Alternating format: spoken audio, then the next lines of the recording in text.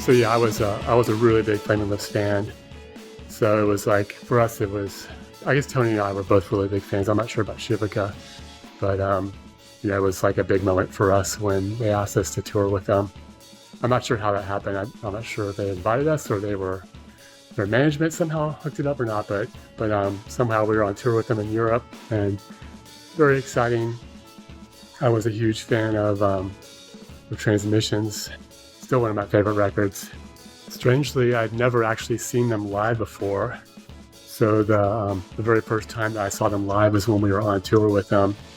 So that was pretty amazing to see. Not only see them for the first time, but to just witness the sheer volume and energy of their live show at that period. I guess Steven stopped playing drums almost like right after our tour, and they got into a more experimental phase, parking lot experiments, Zyrika and all that. So yeah, it was really like a joy to see them night after night.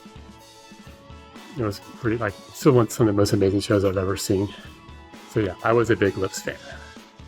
I don't remember how I found out about it.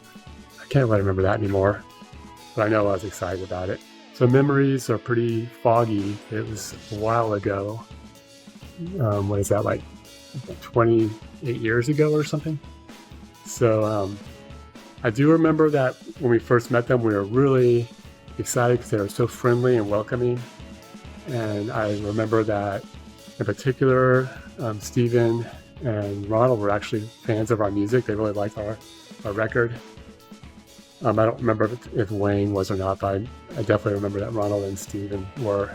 We definitely spent a lot of time with them. They were very inviting, and we hung out with them backstage. I think we talked about going to a movie with them, but we did not go to a movie with them. We went to, I think we saw Train Spotting, but they for some reason couldn't go, but we planned on going together. That was in Manchester, if I remember correctly. I actually have a journal. We took, the band had like a lot of journals from our tours, so I was referring to that, and there are some pretty interesting notes from my journal. So that's how I'm able to remember some of this stuff, because otherwise I think it'd all be lost. But I do remember there was a lot of drinking. I'm not sure about anything else. If anything else was going on, it was not out in the open. There was a lot of camaraderie, a lot of dinners together before shows, a lot of hanging out backstage. I remember that Wayne was really hilarious, really good conversationalist, and really liked to push people's buttons and ask them really tough questions. He was very curious about everyone. He would ask people very prying personal questions, and I think it made some people uncomfortable, but it was also pretty fun to watch. In particular, our tour manager, John Viner, was a pretty big target of his. I think John still lived with his parents and was pretty uptight, and Wayne was pushing on him a lot. And that was pretty entertaining to watch. Kind of brutal sometimes.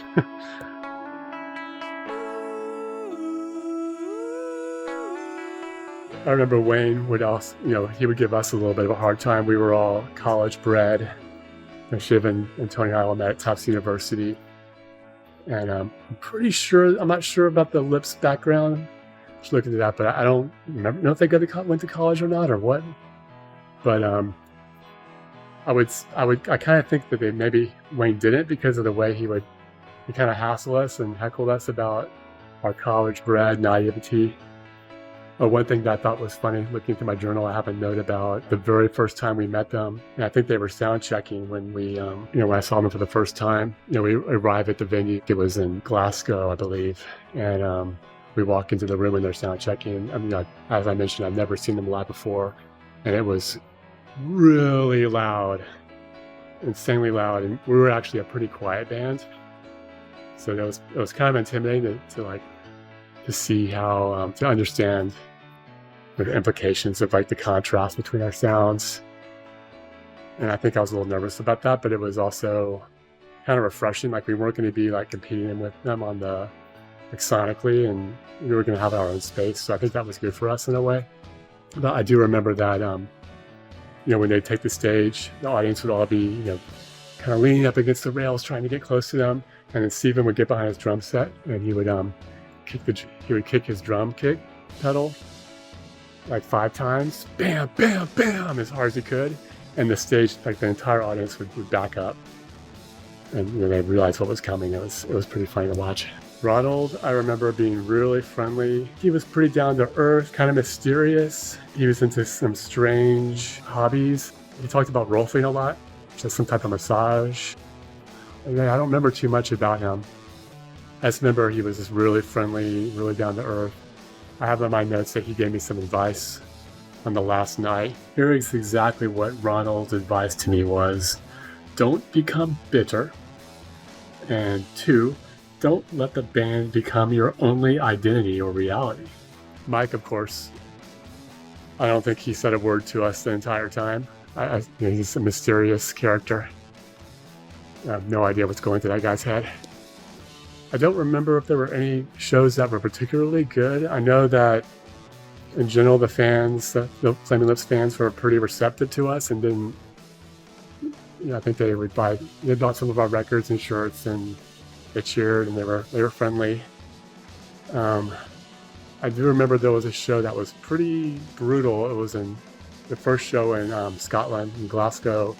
We got heckled by people in the crowd with anti-Semitic heckles, which was pretty strange. But other people in the crowd came up to us and apologized for that, so we didn't hold it against them.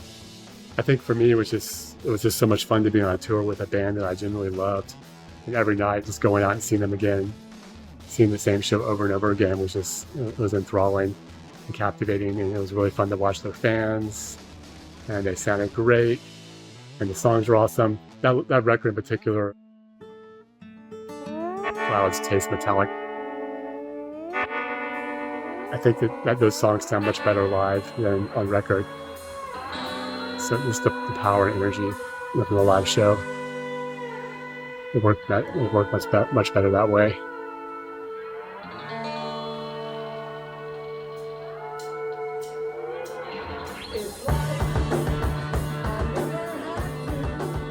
I did have a note here about our show in Manchester.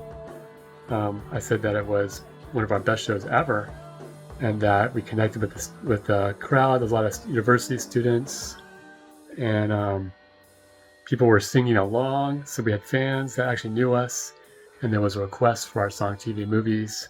And in particular, I have a note here. A bunch of cute girls told me they liked my hair, so that was a real victory that night. I also have in my notes that the show in London was particularly good, and that we received an encore. And there was a lot of pressure. Our record label had been pressuring us to do well in that show. That was like the only show they cared about. So that was cool. So after we played the last show with them, we actually went our own way and played these other shows in other parts of Europe. And then we ended up meeting up with them and seeing their last show. I think it was in Paris. And we had gotten them a trophy, kind of a parting gift, a special little custom trophy that said Flaming Lips, World Class Rockers. And I wonder whether they still have that trophy.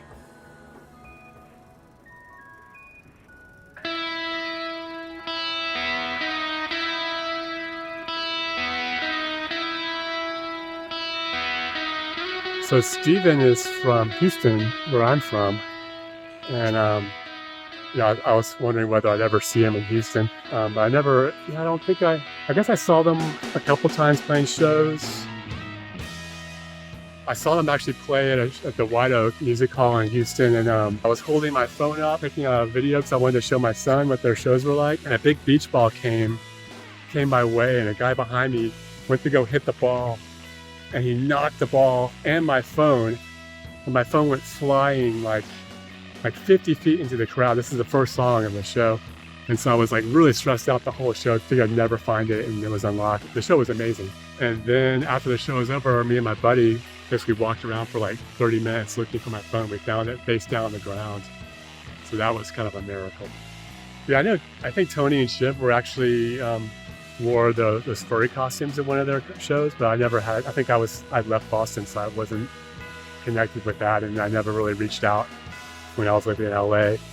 But yeah, I'd love to see them again. Curious what those guys are all up to.